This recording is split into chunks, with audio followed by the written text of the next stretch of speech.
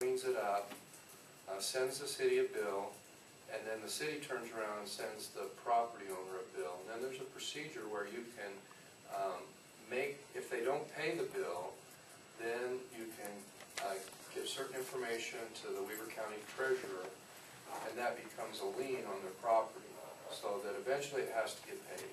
When they sell the property, or at some point it has to get paid. The city gets its money. They may not get it quick, but eventually they'll get it for sure. So that lien procedure is already there as per state law. And the reason that this is in here is just to say there's certain steps that have to be followed in order for that lien to be legal. And it's just to remind city staff that you have to follow the state law when you're doing the lien, because with that lien process, if you skip any step, if you don't dot an I or cross a T, then you won't get it. It's very formal, and you have to do everything just right to get lien on the property. So that's the reason that's there. It's just to say it's got to be done right. Okay.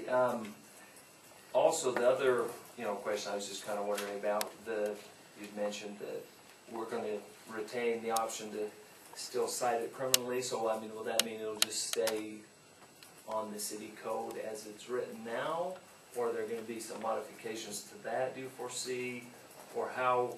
I guess I would wonder, when would we use the criminal process potentially, and how would the decision making be to decide whether to go civil or criminal, to make sure that's free of any appearance of bias or anything? My experience working with cities that have an administrative process, that you never pick this criminal over the civil, but there could be.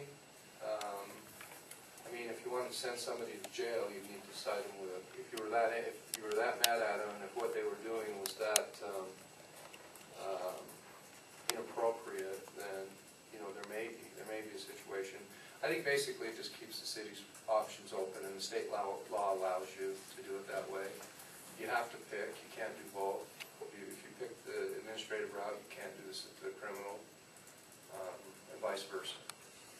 Is there any guidance in the state law that one person with weeds, another person with weeds, to distinguish when it would be appropriate to choose the one that may be oversimplified, but I'm just kind of wondering if there's any guidance the state gives on when or when not you could choose the one process over the other.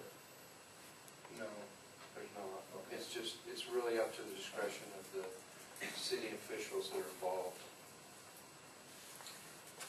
Okay. Thank you for all that, and these, as I read through them, was very impressed. They're very comprehensive, and I'm certainly supportive of this overall. I just would want to make sure that any potential opportunity for complaints for bias, and that it wasn't applied the same way to two citizens in a similar circumstance, that we just head any of those off. And those are just the things I mentioned, are some that stood out to me could potentially be interpreted with the language of shall. If we don't do it in one case, it might be a claim for a bias, or if we have the criminal and civil option, and we just need to make sure, however that is ever chosen between the two, it's not going to lay the groundwork for a claim of we were biased against the citizen and used a different process on them. Yeah, well, there's always that potential, and I think the best protection that's in there for that is the impartial hearing officer, that before the city can force its hand with a resident, they have the opportunity to come to an impartial hearing officer and air their side of the issue with the hearing officer. Actually, sorry, one more question. I did have one on that too. Is that going to be someone separate from the administrative law judge? No, that is the administrative law judge, but But that is a qualification, is it has to be somebody who's not the city's puppet. They have to be impartial. They have to be. But that would be independent. In a setting where it's not. We're at the hearing phase, right?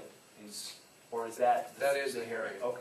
They come in. It would probably be here in the city council chambers, because the these hearings have to be recorded. That's different. The justice court hearings aren't recorded. They're not required to be recorded, but these are. And so it'd probably be here. The administrative law judge would be sitting at the dais. They would come in and they would have a chance. The city would present its case. They would have the opportunity to argue anything they wanted with the administrative law judge, and then the administrative law judge's decision would be the final word on what happened. Thank you. Wade? I appreciate you putting this together. In the past, you had mentioned the civil versus criminal, and immediately it just made a lot of sense to me. And so thanks for bringing that to the table.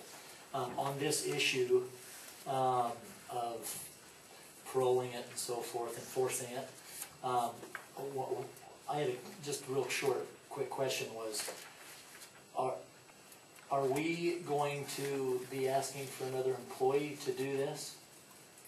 Or are we going to be able to do it with the staff that we have to go out and look at these things? Right now, just with the current staff. We may, when we go to budget in the spring, we may be looking at a part-time code enforcement officer, but right now I think we can do it without. Because obviously when you're talking about code enforcement, it's not going to be 100% equal with everyone because you're not going to catch everything. But what I would like to say, my main concern is safety.